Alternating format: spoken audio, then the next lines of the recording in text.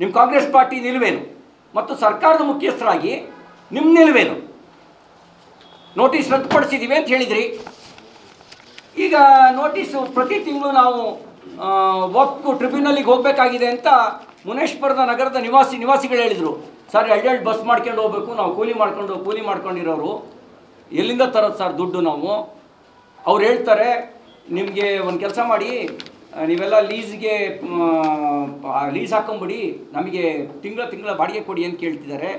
Sir 50 ವರ್ಷದಿಂದ ಇಲ್ಲಿದ್ದೀವಿ sir ಅಂತ ಹೇಳ್ತಾರೆ. ಮುಖ್ಯಮಂತ್ರಿಗಳೇ, ನಿಮಗೆ ಇದು ಕಣ್ಣಿದ್ದು ಯಾಕೆ ಕುರುಡರಾಗಿದ್ದೀರಿ?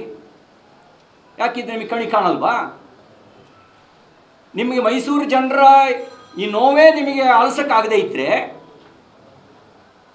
ನಿಮ್ಮನ್ನು 2 ಬಾರಿ ರಾಜ್ಯದ ಮುಖ್ಯಮಂತ್ರಿ ಮಾಡಿ ರಾಜಕೀಯ ಪುನರ್ಜನ್ಮನೂ ಕೊಟ್ಟು ಮೈಸೂರು ಜಿಲ್ಲೆಗೆ ಏನು ಬಿಟ್ಟು ಹೋಗ್ತೀರಿ ನೀವು?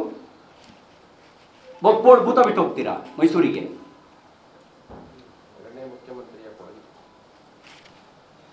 ಹಾಗೆ ಅವ್ರ ನಿಲುವನ್ನು ಏನು ಅಂತ ಸ್ಪಷ್ಟಪಡಿಸ್ಲಿ. ನಮ್ಮ ಪಾರ್ಟಿ ನಿಲುವು ಸ್ಪಷ್ಟ ಇದೆ. ನಾವು ವಕ್ಫ್ ಕಾಯ್ದೆ ವಿರುದ್ಧ.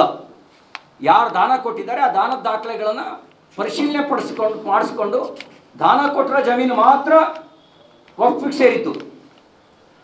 ರೈತರ ಜಮೀನು, ದಲಿತರ ಜಮೀನು, ಮನೆ, ಮಠ, ದೇವಸ್ಥಾನ, ಆಸ್ಪತ್ರೆ, ಸ್ಕೂಲು ಇವೆಲ್ಲ ವಕ್ಫ್ ಪ್ರಾಪರ್ಟಿ ಅಲ್ಲ.